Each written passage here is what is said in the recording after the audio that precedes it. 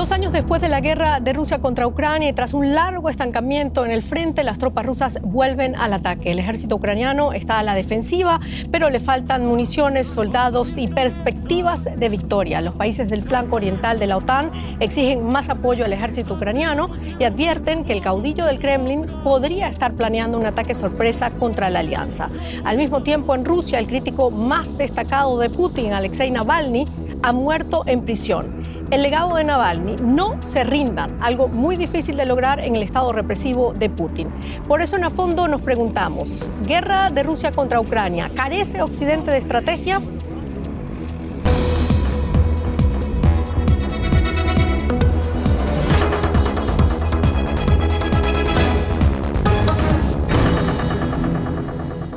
Ese es nuestro tema aquí en A Fondo. Bienvenidos, los saluda Silvia Cabrera desde Berlín. Estas son nuestras invitadas del día, las presento de inmediato. Katarzyna Stoklosa es especialista en la situación política del Este, trabaja como profesora en el Centro de Estudios Fronterizos de la Universidad de Dinamarca. Ana Solís de Stanges, doctora en Ciencias Políticas, docente e investigadora de la Universidad Helmut Schmidt en Hamburgo. Y Carolina Chimoy es periodista, analista política, ha sido corresponsal de DW en Estados Unidos y actualmente se encuentra en Kiev. Bueno, y con ella vamos a conversar precisamente desde el Skype para nosotros. Estamos también en YouTube con nuestra encuesta del día. Esta semana se cumplen 2 años de la invasión rusa a Ucrania. La pregunta que nos hacemos es, ¿carece Occidente de estrategia para ayudar a Ucrania? Díganos, por favor, qué opinan ustedes. Está nuestra encuesta en YouTube. Hasta ahora tenemos más de 31.000 votos, así es que estamos esperando por ustedes. Bueno, comenzamos este debate, esta ronda de preguntas. Ana, tras un largo estancamiento en el frente, el avance de las tropas rusas repunta ante unas tropas ucranianas que estamos viendo en este momento un poco débiles, a la espera además de esa ayuda de Occidente. ¿Cómo evalúas tú el impacto del estancamiento en el frente a estos 2 años de guerra? Bueno, en este último tiempo lo que vemos es que Rusia ha pasado definitivamente a la ofensiva. Hay muchos motivos de esto. Ellos se han podido nuevamente coordinar y errores que cometieron al principio lo han subsanado. Y por otra parte, pues Ucrania se ha encontrado con el gran problema de que no tiene la suficiente cantidad de municiones para hacer frente a esa ofensiva. Y ha pasado a una defensiva, con lo cual ha perdido la iniciativa. ¿Qué opinas tú, Katarzyna? ¿Cómo ves las tropas rusas en este momento? Pues en este momento las tropas rusas sí que están en una situación de ganar. Ahora han conseguido, la verdad, que mucho en el último tiempo, y sobre todo la semana pasada. Así que ahora Ucrania está, como has dicho, Ana, en defensiva y Rusia está, claro, ahora como ganador. Son cosas muy grandes, pero cosas importantes y simbólicas. Simbólicas porque Putin ha empezado a enseñar que tiene más fuerza que Ucrania y que toda Europa. Claro, bueno, vamos a ver qué opinan allá en Ucrania. Carolina Chimoy, gracias por acompañarnos. Rusia fuerte, Ucrania la defensiva, es lo que acaban de decir acá en la mesa. ¿Hasta qué punto es desastrosa la situación de los ucranianos tras 2 años de guerra? Es desastrosa de muchas maneras, Silvia. Una guerra siempre es desastrosa y, claro, pérdidas de vida, tanto de civiles como de soldados. Yo no diría que Rusia está del lado ganador, porque creo que lamentablemente, así como muchos expertos, a esta guerra todavía le queda mucho tiempo, entonces es difícil hablar de ganador y de perdedor, pero sí, definitivamente están ahora en una posición en la que producen más munición, tienen más armas, y por lo tanto pueden ir a ese contraataque que estamos viendo y que vimos claramente también con la toma de la ciudad de Avdiivka. Carolina, ¿qué está pasando sobre el terreno? Tú estás allá desde hace algunos días, algunas semanas. ¿Qué ves? Bueno, la realidad en Kiev, en la capital, Silvia, es bastante diferente a la realidad en las ciudades fronterizas, al frente, que es donde estuvimos durante la pasada semana. He regresado recién hace 2 días. La realidad en el frente es dura, es muy dura. Son ciudades que están siendo bombardeadas cada día. La gente ha aprendido a vivir con la guerra, los que aún están ahí. Estuvimos, por ejemplo, en la ciudad de Jersón, donde 80% de la ciudad ha huido, es decir, solo queda el 20% en esa ciudad. La mayor parte de las personas que han decidido quedarse son personas mayores. Muchas de ellas dicen, no tengo a dónde huir, o este es mi hogar, mi esposa está enferma, ¿cómo vamos a salir de acá? Solo el 20%, repito, de la ciudad de Jersón ha permanecido ahí y están acostumbrados realmente a oír los ataques todos los días, a ir al refugio todos los días. Esa es la realidad, no solo en Jersón, sino también en Kramatorsk, donde estuvimos, o en Slovansk, en la región de Donetsk, donde está Avdiivka también. Entonces, eso por el lado civil. Por el lado militar, hablando con soldados, están agotados. Claro. Muchos de ellos están al frente hace 2 años ya, y lo que repiten expertos y soldados una y otra vez es: necesitamos munición. Claro. Bueno, la situación es dura, es lo que nos dice Carolina Chimoy, no solamente para los civiles, sino también para los soldados que están allí en el frente. Desde el pasado sábado, la bandera del invasor, además, ondea en Avdiivka, una ciudad colindante a la localidad de Donetsk, anexionada ilegalmente por Rusia. Las Fuerzas Armadas de Ucrania se retiraron, dicen, para evitar ser sitiadas y preservar la vida de los soldados desplegados. Se trata de la mayor victoria de las tropas rusas desde la toma de Bakhmut en mayo del 2023. Estas son las últimas imágenes de los soldados ucranianos de Avdiivka, que tuvieron que retirarse para evitar ser rodeados por las tropas rusas. Para Rusia, la toma de la ciudad prácticamente destruida es un símbolo importante. Con ella celebra su mayor éxito militar en poco menos de 1 año, tras la caída de la ciudad ucraniana de Bakhmut. El factor decisivo ha sido la superioridad aérea rusa, además de un gran contingente de tanques, artillería y soldados. Un éxito evidente, lo felicito, hay que continuar. La situación es extremadamente difícil en varias partes de la línea del frente, donde las tropas rusas han concentrado el máximo de sus reservas. Se están aprovechando de los retrasos en la ayuda a Ucrania, que es un asunto muy delicado. Hay escasez de artillería, necesidad de defensa aérea y de un mayor alcance de nuestras armas. En lugar de 1 millón de proyectiles de artillería, Ucrania solo recibirá cerca de la mitad de los estados de la Unión Europea. Y en Estados Unidos, los republicanos bloquean unos fondos que se necesitan con urgencia. Tras la caída de Avdiivka, el presidente visita el frente cerca de la ciudad de Kupiansk, de importancia estratégica. Aquí podría producirse otro avance de las tropas rusas en un futuro próximo. 2 años después de la invasión rusa, ¿cuánto tiempo más podrá resistir Ucrania?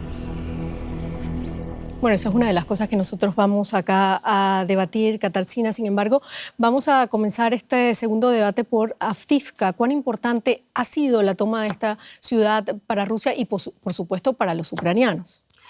Bueno, desde el punto de vista militar, no ha sido muy importante. Es una ciudad pequeña, no tiene una gran significancia, pero desde el punto de vista simbólico, sí que esto ha sido, pues, un desastre, y para Ucrania, claro, porque han tenido que irse de la ciudad, pero también para los rusos. Han muerto tantos rusos, mucho más que ucranianos. Claro. Así que ha sido una cosa que, bueno, ha hecho toda la situación peor. Claro, ha sido una victoria simbólica, dice ella. ¿Tú qué opinas? Simbólica y también de importancia táctica militar. Es un bastión donde se veía... tenemos que imaginar, o sea, es una ciudad donde habían incidencias militares después del 2014 y por eso precisamente la importancia simbólica, pero también militar, abre esta posibilidad de puerta a seguir avanzando por parte de Rusia, y eso muestra este operativo coordinado con un objetivo operativo coordinado que está aplicando Rusia en una región de unos 400 kilómetros. Estamos hablando de Kharkiv a Luhansk, donde tienen diferentes ejes luchando permanentemente de manera paralela. Eso ha desgastado a las fuerzas ucranianas y se espera que realmente vamos a ver una ofensiva bastante más grande en verano. Estoy de acuerdo que, claro, es una ciudad pequeña, pero creo que ya muestra realmente cierta ventaja militar por parte de Rusia. De todos modos, estoy de acuerdo con Carolina de que no es el momento de hablar de ganadores o perdedores. Esto es una guerra que lo que va mostrando llega para largo tiempo. Claro, 2 años, ¿no? Y 2 años además con bajas, como decía Katarzyna, del lado y lado. Del lado ucraniano se habla ya más de 10.000, pero me quiero detener en ese punto que tú dijiste.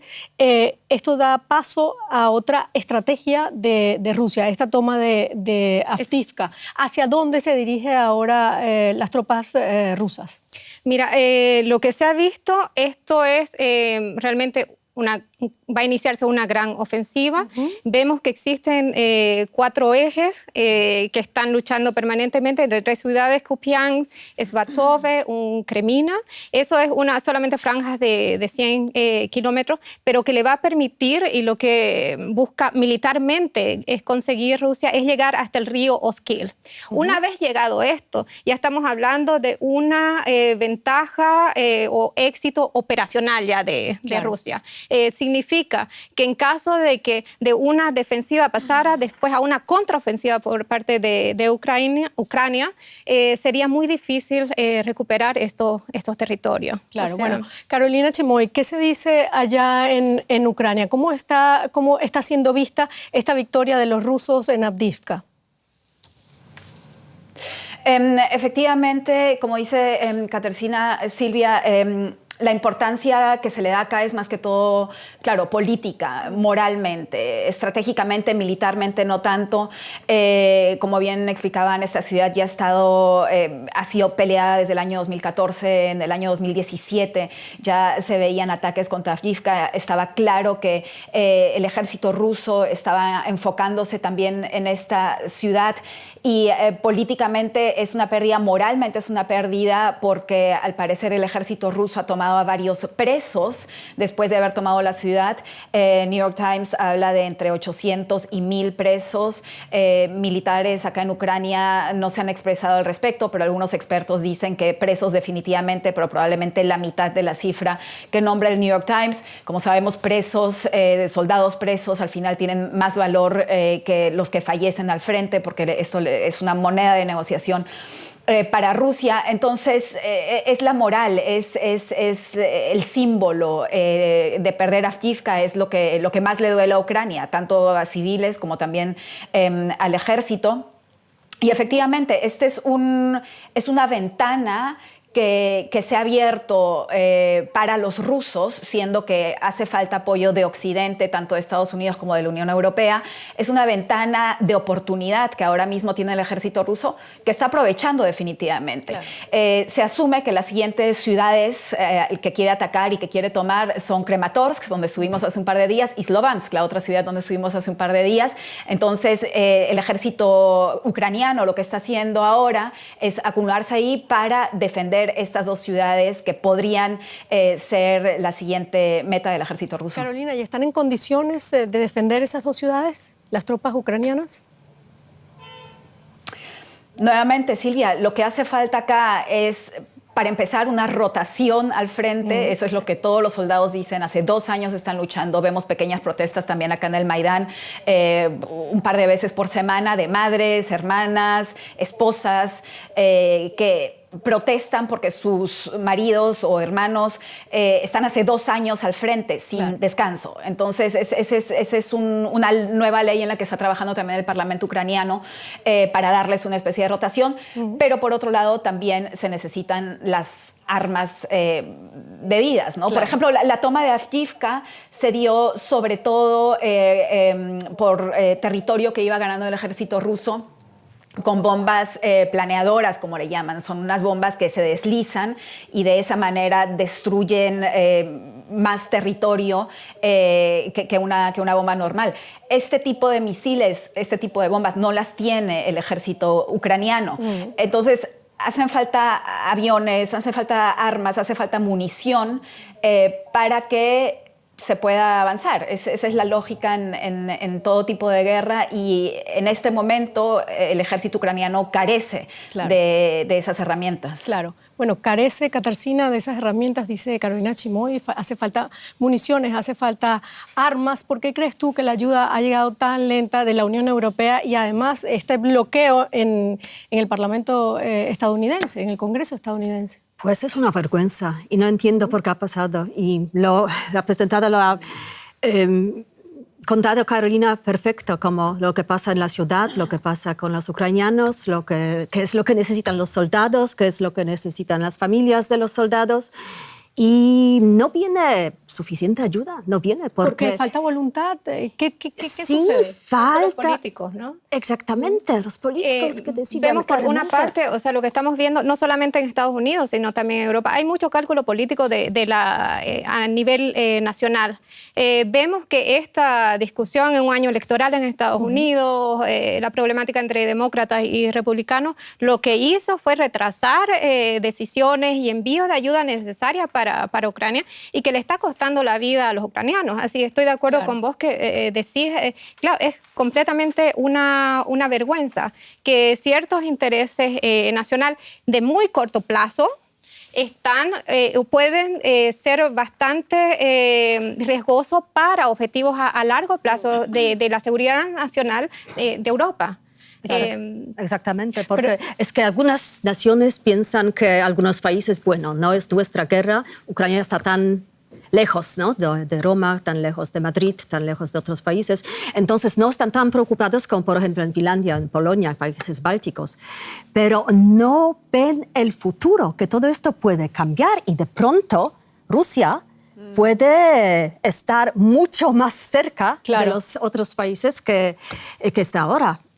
¿Por qué las medidas hasta ahora que ha tenido la Unión Europea no han dado resultado, Katarzyna? Por ejemplo, las sanciones que han estado imponiendo contra Rusia o contra líderes rusos, ¿por qué no están dando resultados? Esta ha sido una ficción, las sanciones contra Rusia. Es que estaba preparado para todo. Rusia y Putin, el Estado estaba preparado pues para cooperaciones con Irán, con China. Así que las sanciones, la verdad, que han hecho más daño al Occidente que a Rusia.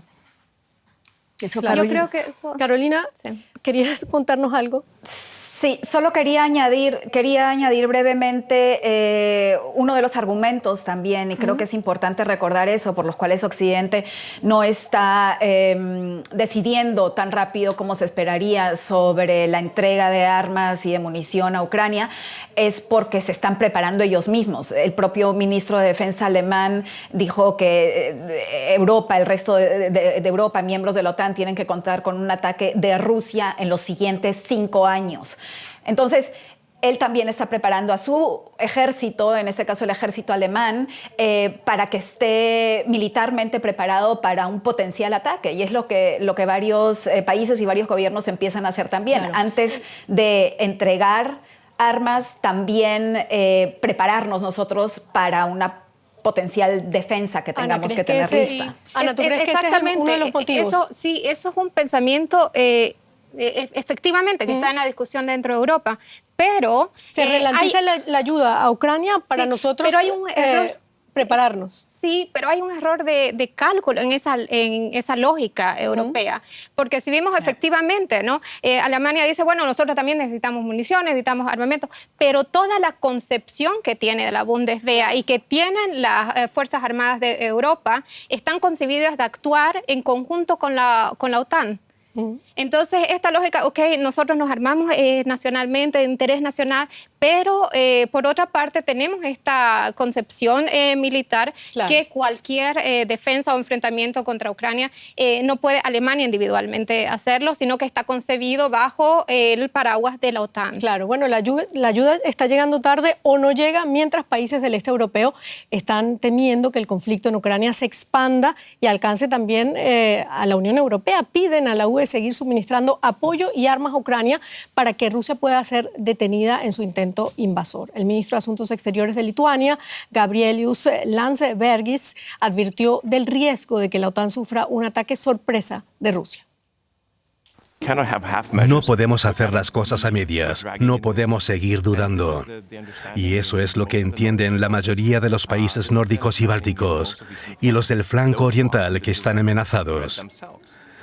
Si Ucrania cae, todo el mundo se dará cuenta de que somos los siguientes, seremos los siguientes. Putin no tiene intención de detenerse. Bueno, ¿qué opinas tú, Katarzyna, de esas palabras del ministro? Pues, por un lado, pienso que hay que tomar en serio estas palabras. Por otro lado, si analizamos la situación para Putin, o bueno, para el que viene después de Putin, lo más importante va a ser Ucrania. Después de la guerra se necesita mucho dinero para hacer... Claro. Sí gana. Y si pierde, no va a ir a otros países. Yo pienso que si hubiera pues esta posibilidad, que espero que no, los países bálticos serían los primeros, no Polonia, porque Polonia, bueno, dicen los políticos polacos y expertos polacos que Polonia va a ser el siguiente país, que no es verdad, que para Putin Polonia no es tan importante como lo hemos visto en relación a Ucrania, que Ucrania es su... él lo ve como su pasado ruso, como una parte de Rusia. Y esto no tiene nada que ver si hablamos de Polonia. Los países bálticos, sí, con el tiempo, pero son más así perspectivas duras y molestas, pero no son cosas que podemos decir sí puede pasar en el futuro, en los siguientes años. Claro. Tenemos que ser realistas también. Ana, ¿tú qué opinas? Las palabras del ministro de Exteriores de Lituania, si Ucrania cae, seremos nosotros los siguientes. ¿Es un temor real? Bueno, ese temor lo han tenido ya largo tiempo. Son décadas que lo han tenido los países bálticos. Claramente como países más pequeños, es entendible que realmente requieran de todo el apoyo de la OTAN. Ahora, yo creo que en el caso, ¿cuál es la lógica? No esperamos un enfrentamiento realmente, o no hay la esperanza de que no va a haber enfrentamiento entre la OTAN y Rusia. Y para ello, el mecanismo, la estrategia que se está utilizando es el de disuasión. Es decir, ok, estamos tan bien armados y tan bien preparados que esto va a disuadir de cualquier intención de atacar la zona. O sea, se busca, claro, a veces suena esto como contradictorio, pero no lo es. De decir, bueno, estamos realmente bien reforzados militarmente, precisamente para evitar un enfrentamiento militar. Y eso es importante entenderlo. Es decir, la OTAN está tranquila porque tiene refuerzos en sus fronteras y no cree que pueda haber un ataque de Rusia. En este momento no está tranquila. O sea, la OTAN tiene claro que no tiene la capacidad en este momento para hacer frente a Rusia. Si vemos realmente la cantidad de municiones con la que cuenta la OTAN, en promedio se ha dicho que tendría municiones para 2 días. Algunos dicen para unos días más. La capacidad de reacción de los países es muy diferenciada de en cuántos días estarían preparados realmente para un ataque. O sea, en este momento no, se está preparando para ello, y en eso es una parte importante realmente de mantener la independencia de Ucrania. Claro, ¿cuál es? Muchos países ya no se fijan de OTAN, por ejemplo, Polonia o Finlandia, y por eso tienen ya preparado su base militar para el caso si pasa algo. Que las últimas encuestas han enseñado que la mayoría, los polacos y los finlandeses, no se fijan de OTAN, y por eso piensan que hay que prepararse dentro del país. ¿Y por qué no se fijan de OTAN? ¿No se sienten respaldados por la OTAN? No se sienten, pues como ha contado Ana, la situación se ve así que no tiene demasiado fuerza la OTAN, es lo primero. Lo segundo, no tiene una política común, tiene voces muy distintas. Y otro argumento importante, Trump. No sabemos qué va a pasar después de las elecciones en Estados Unidos. Claro, bueno, me interesa, Carolina Chimoy, saber Yo qué creo, opinan Silvia, allá en Ucrania. Sí, yo creo que respecto a la OTAN, uno de los puntos más importantes, porque muchos países ya no se fían de la OTAN, son las elecciones en Estados Unidos, efectivamente, como decía Katarzyna. Expertos ya saben, hay un think tank importante que está trabajando en el programa político de Donald Trump si es que es elegido como presidente, y uno de los puntos es la OTAN, donde dice, ok, Donald Trump puede ser que no quiera salirse de la alianza, pero lo que sí estaría claro es que se despediría del artículo 5. Es decir, soy parte de la alianza, pero si los atacan no estoy obligado a apoyarlos. Y la OTAN sin Estados Unidos, ¿qué es? Claro, bueno, y además siguen, Donald Trump hace poco dijo, Ana, si no se ponen ya al día con los pagos a la OTAN, voy a darle rienda suelta. Estas, por supuesto, no fueron las palabras exactas, pero más o menos voy a darle rienda suelta a Putin para que haga lo que quiera. ¿Hay un temor allí real? Esas declaraciones son realmente irresponsables y grotescas. Eso hay que reconocerlo. Pero por otra parte, creo que es algo que ya estaba dentro del debate político en Europa, ¿no? La posibilidad de que Trump gane las siguientes elecciones presidenciales. Por lo tanto, no es tan nuevo para Europa. Claro, es grotesco escuchar ese tipo de declaraciones, pero Europa va en el sentido o en el camino, o cuáles son las esperanzas, es que realmente no se necesite de esta colaboración con Estados Unidos, que en este momento eso es impensable. Pero yo creo, también hay que decirlo, la OTAN no solamente es importante para Europa, creo que sí también es en una parte importante la OTAN para Estados Unidos. Claro, perdón, volvamos atrás. ¿Qué es lo que es impensable? ¿Que Estados Unidos pare definitivamente la ayuda? Mira, con Trump eso no, o sea, lo que hemos aprendido son los republicanos los que están parando la ayuda en este momento, ¿no? O sea, lo que hemos aprendido que todo es posible. O sea, pero sí, no sé. Claro, tu pregunta. Trump no puede decidir, no va a ser el único que decide que los Estados Unidos no están ya dentro de la OTAN. Por eso esto es, sí, un poco grotesco, pero yo diría es dramático porque esto enseña cómo ha cambiado los Estados Unidos. Y lo ha dicho muy bien Biden. Ha dicho que los Estados Unidos siempre, hasta ahora, estaba enseñando solidaridad.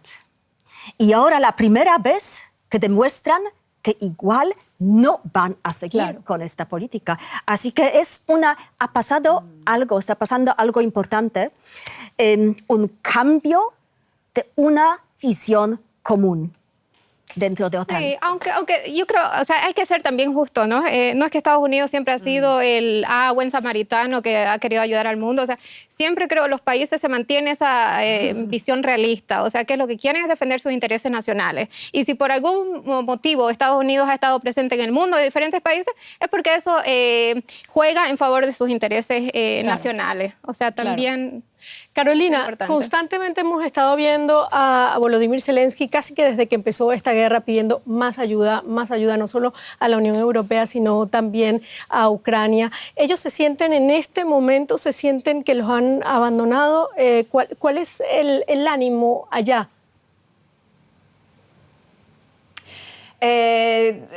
Hay diferentes opiniones al respecto, Silvia. Muchos piensan que el presidente Zelensky es y ha sido el presidente correcto en este momento para iniciar la ayuda, para pedir ayuda, para sacar el mensaje ucraniano al mundo y obtener el apoyo que ha obtenido Ucrania hasta ahora. Sin embargo, otros, y esto lo he escuchado de varios soldados que están luchando al frente, ya no están contentos con su posición. Dicen que ya no es el hombre correcto en este momento. Les parece que está también internamente en la política ucraniana en ciertos juegos de poder. Esto sobre todo después de que despidió al jefe del ejército ucraniano, Zaluzhny, y poniendo un nuevo general, el general Syrskyi. Zaluzhny era muy popular, sobre todo entre las tropas ucranianas. Entonces, esa es un poco la perspectiva desde Ucrania. Por otro lado, políticamente hablando, quizás un poco más en el sentido de relaciones internacionales, este desentendimiento de Occidente y este peligro de que los países de Occidente no estén del mismo lado, no estén en la misma página, no estén tan comprometidos como lo han estado desde que empezó esta guerra hace 2 años, y ya lo dije, pero lo vuelvo a repetir porque creo que es importante tenerlo presente, es una ventana de tiempo que le está dando una gran ventaja, claro, a Putin y a Rusia. Claro.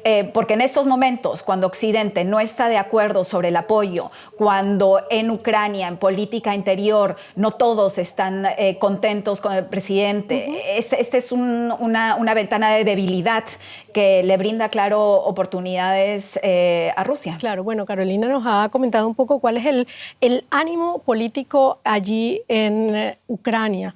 Mientras tanto, Occidente intenta ponerse de acuerdo e imponer nuevas sanciones contra Rusia para contener esta guerra.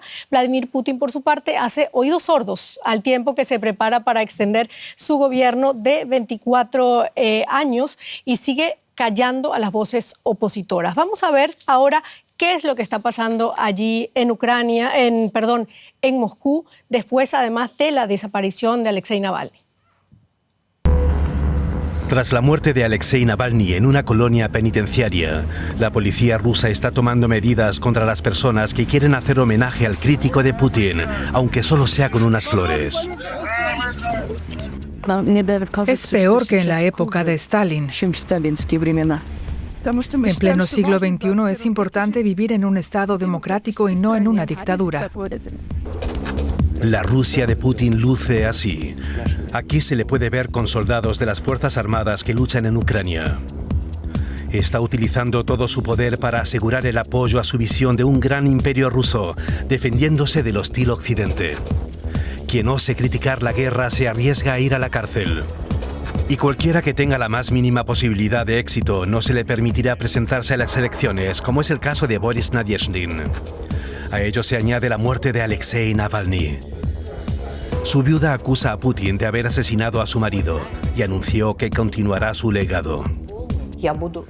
Continuaré el trabajo de Alexei Navalny. Seguiré luchando por nuestro país y les pido que me respalden. El legado de Navalny y el poder de Putin. ¿Cuánto tiempo sobrevivirá la resistencia? Bueno, esa es una gran pregunta que nos dejan en el aire. ¿Cuánto tiempo sobrevivirá la resistencia? Sin embargo, vamos a centrarnos ahora justo en Alexei Navalny. Ana, veíamos en este informe cómo está la situación política en Moscú. Carolina ya nos hablaba de la situación política en Ucrania. ¿Qué tipo de señal está tratando de enviar el Kremlin, en este caso de Navalny? Bueno, que no ha respetado absolutamente ningún líder, ¿no? Navalny era la clara imagen del opositor en Rusia y ni siquiera a él le ha perdonado la vida. O sea, es un régimen que está cada vez más radical, totalitario. Hemos visto, no es la primera vez que acontece, ¿no? Vemos los diferentes accidentes a través de las ventanas en Rusia son peligrosas, si son en altura. Y, en fin, o sea, está mostrando que el régimen es realmente radical, que no va a dar espacio a ninguna posibilidad de oposición. Y se lo está mostrando a la cara de la Unión Europea. Pueden seguir imponiéndole más sanciones. Ellos no perdonan oposición en el país. Claro, pero Katarzyna, incluso tras las rejas, ¿era tan peligroso Navalny para Putin y su régimen? No, no era peligroso. Lo que pasa es que Putin quería demostrar, como has dicho Ana, que no respeta a nada y a nadie, que no tiene miedo de nada, de nadie, que no respeta las reglas de la Unión Europea. ¿Y por qué le molestó tanto Navalny? Navalny, pues hasta el último día estuvo como irónico, no solamente criticando el sistema, sino riéndose del sistema cuando estuvo en la cárcel. Y esto, claro, le molestó a Putin. ¿Qué pasa? ¿Que alguien se ríe de mí? ¿Que alguien se ríe de mí? Al mismo tiempo, la conferencia de Múnich y allí la mujer de Navalny. Claro. Entonces todo fue como una señal, no, así no vais a seguir conmigo. Os voy a enseñar que voy a acabar con todos.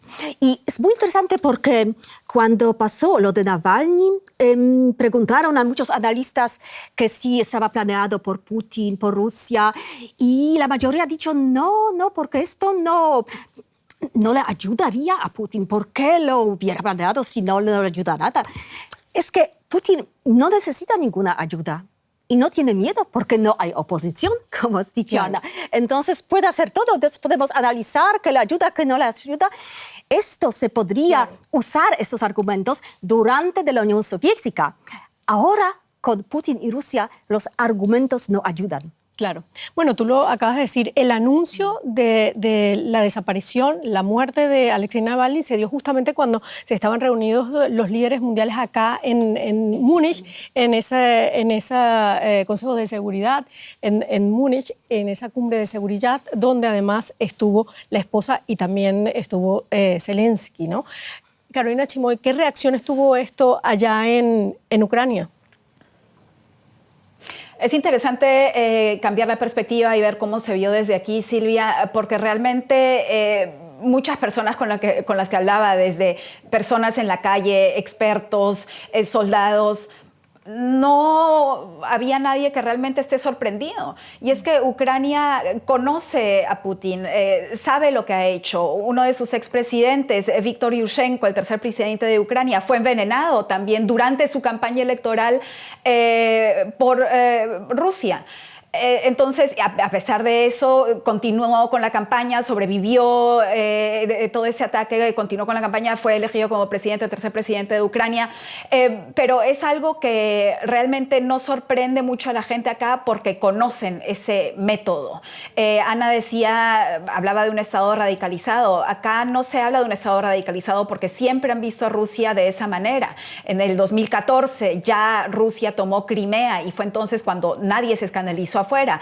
Quizás es una radicalización ante los ojos de Occidente, pero no ante los ojos de Ucrania. Más bien ante los ojos de Ucrania están todos muy sorprendidos porque este apoyo para Ucrania y esta escandalización sobre lo que está sucediendo no se dio ya en el año 2014. Esa es una buena pregunta. Yo creo que ese es un punto, y gracias Carolina por mencionarlo.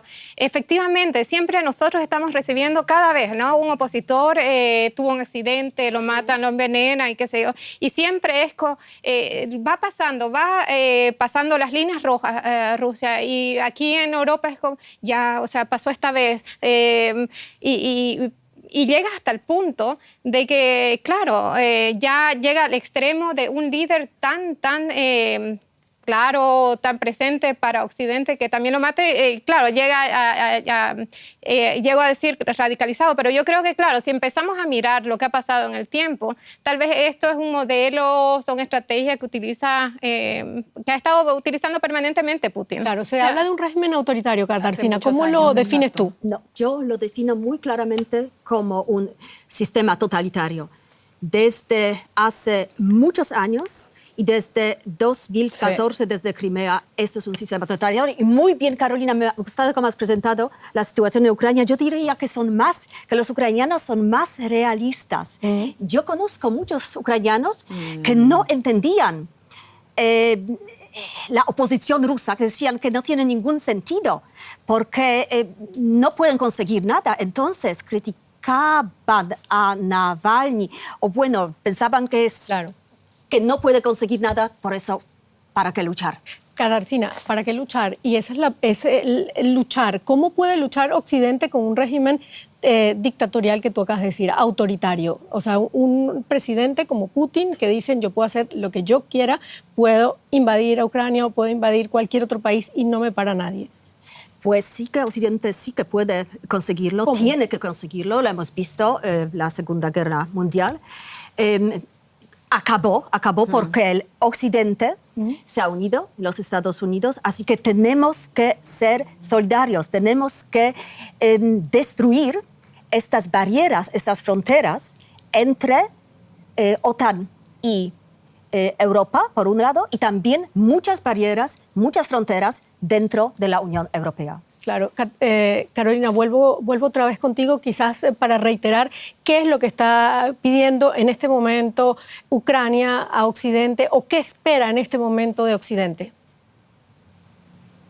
Munición, munición y munición. Eso es lo que esperan de Occidente.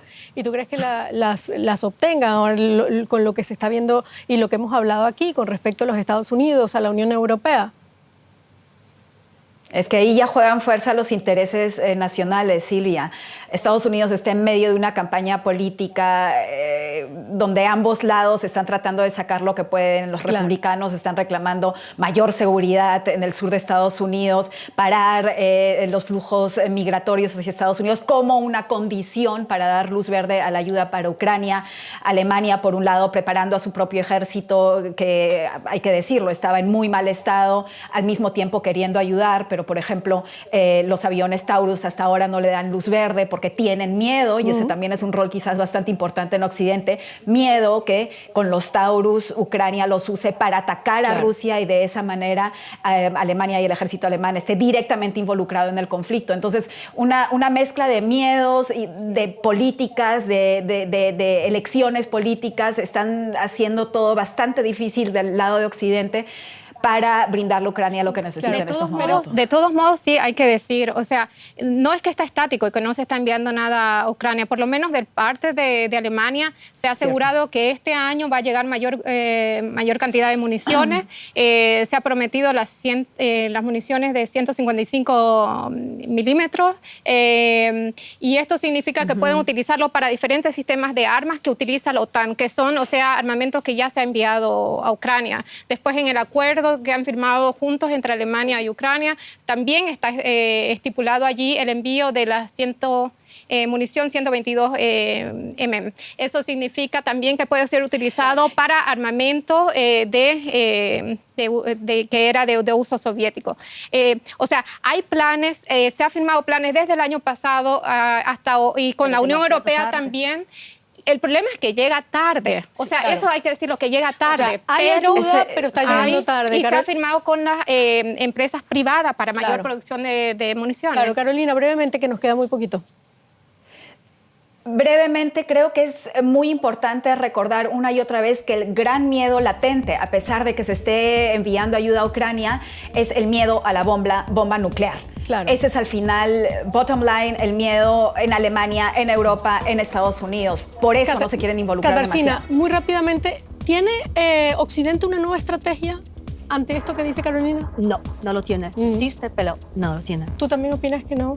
¿No hay una nueva yo estrategia? no soy tan pesimista. Creo que sí hay una cierta estrategia y los países europeos han buscado focalizarse a nivel bilateral. Perfecto. Bueno, con esto terminamos nuestro análisis de hoy en A Fondo. Muchísimas gracias por habernos acompañado. Hasta luego. Gracias a ustedes. Gracias.